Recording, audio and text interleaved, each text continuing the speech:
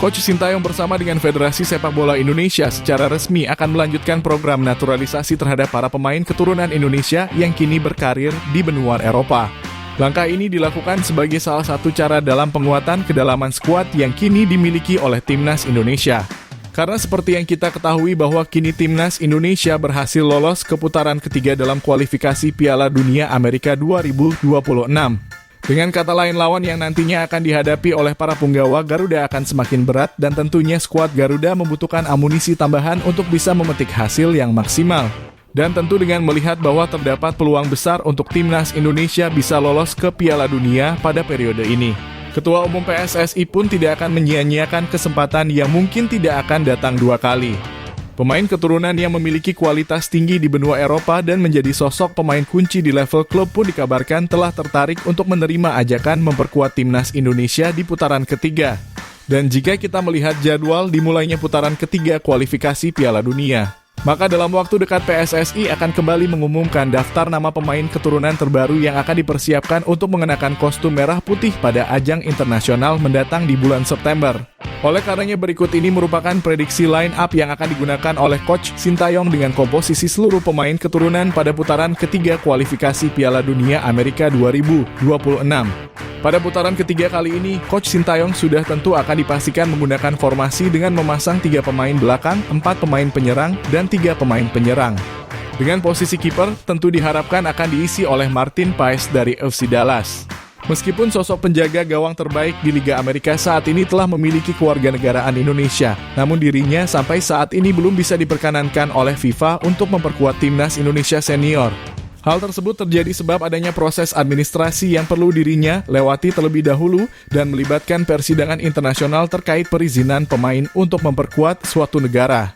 Namun tentu saja jika proses perpindahan federasi dari sang pemain dapat segera diselesaikan, Coach Sintayong pastinya akan menjadikan sosok Martin Paes sebagai kiper utama bagi Timnas Indonesia di dalam setiap kompetisi. Hal tersebut tentu saja dapat terjadi mengingat Martin Paes merupakan sosok penjaga gawang terbaik di kompetisi domestik di Liga Amerika. Pada setiap pertandingan dirinya dapat menjadi sosok pemain yang memiliki dampak positif bagi pertahanan terakhir timnya. Dirinya bahkan selalu melakukan penyelamatan gemilang yang membuatnya tak jarang keluar sebagai pemain terbaik di setiap pertandingan. Sehingga tentu Martin Paes akan sangat layak jika dipasang sebagai sosok penjaga gawang utama dari Timnas Indonesia pada putaran ketiga yang akan datang. Sedangkan pada posisi pemain belakang, Timnas Indonesia akan kehadiran banyak pemain keturunan tangguh.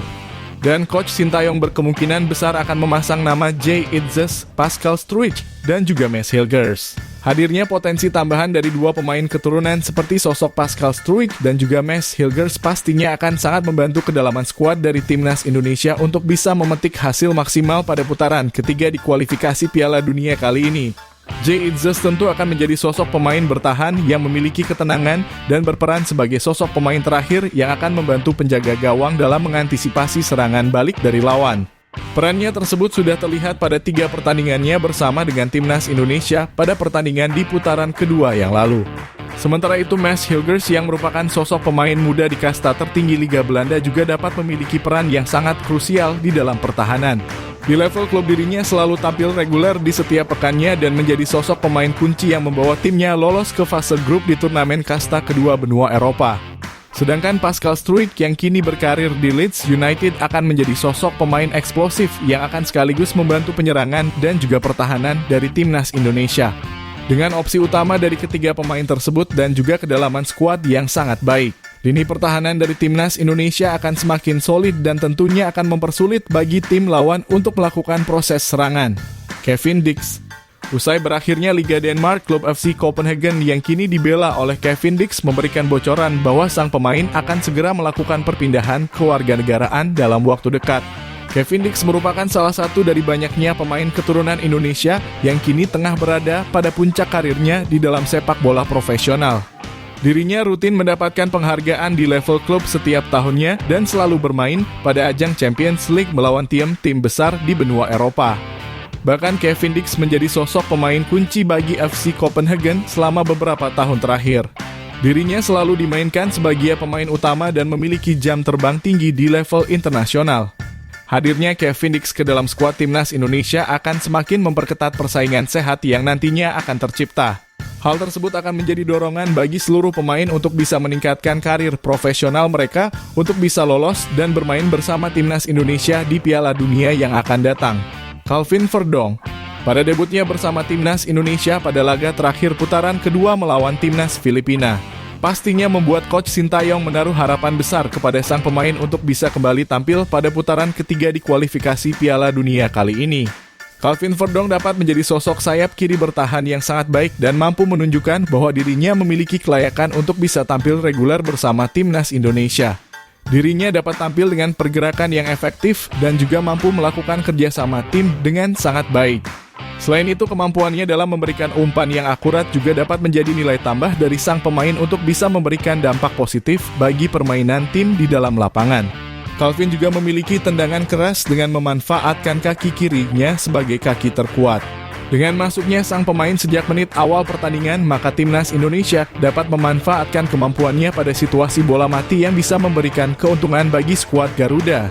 Jairo Riedwald, pemain yang pada musim lalu bermain untuk klub Crystal Palace dan dirumorkan akan bergabung dengan klub Brighton, dikabarkan memiliki ketertarikan untuk bisa memperkuat timnas Indonesia pada lanjutan putaran ketiga kualifikasi Piala Dunia 2026.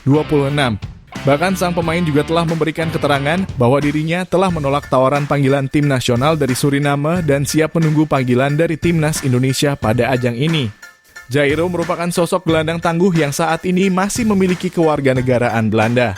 Dirinya juga sempat menjadi sosok pemain yang beberapa kali tampil bersama skuad Belanda senior pada masa kejayaannya.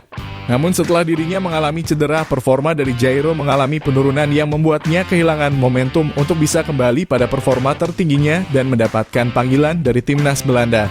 Dan kini Jairo yang telah pulih 100% dan mendapatkan performanya kembali diprediksi akan menjadi amunisi tambahan dari skuad Garuda untuk mengaruhi putaran ketiga pada kualifikasi Piala Dunia 2026. Tom Hay, mantan pemain SC Heerenveen yang baru saja mencetakkan gol debutnya bersama timnas Indonesia, juga dipastikan akan bermain sebagai sosok skuad inti pada putaran ketiga yang akan datang. Pemain yang satu ini akan memiliki peran utama sebagai jenderal lapangan tengah dan juga sosok otak dari variasi serangan yang akan diciptakan oleh timnas Indonesia.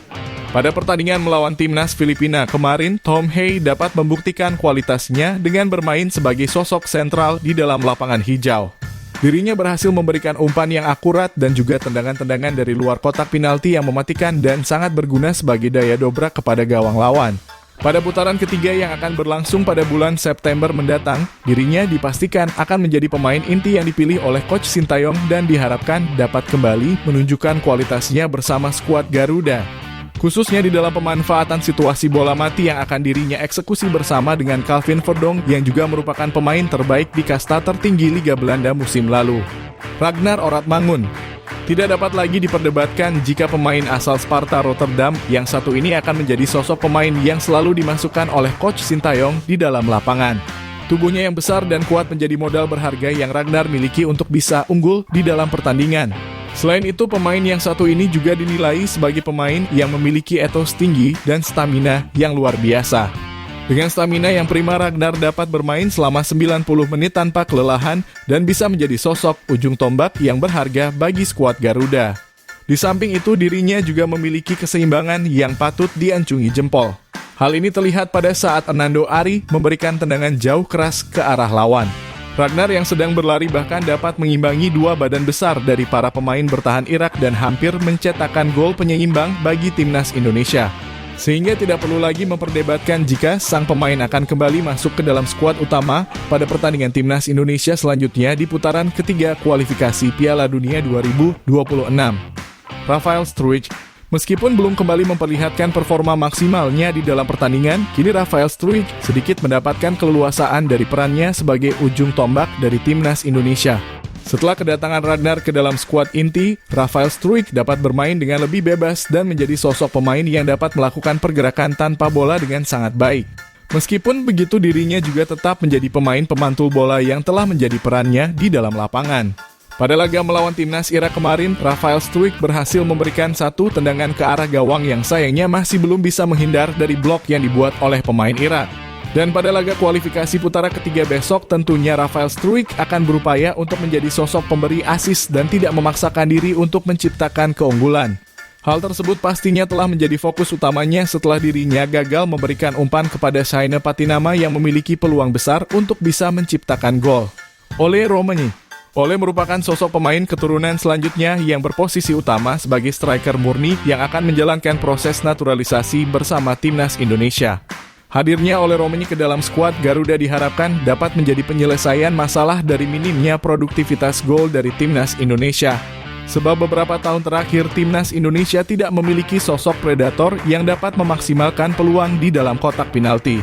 Hadirnya pemain asal FC Utrecht yang satu ini pada putaran ketiga kualifikasi Piala Dunia besok tentunya akan menjadi angin segar dari kebuntuan yang selama ini dialami oleh timnas Indonesia senior.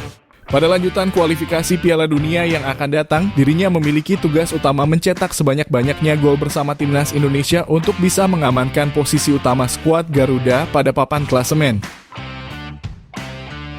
Itulah tadi merupakan prediksi line up yang akan digunakan oleh Coach Sintayong dengan komposisi seluruh pemain keturunan pada putaran ketiga kualifikasi Piala Dunia Amerika 2026. Jangan lupa tulis pendapat kalian di kolom komentar.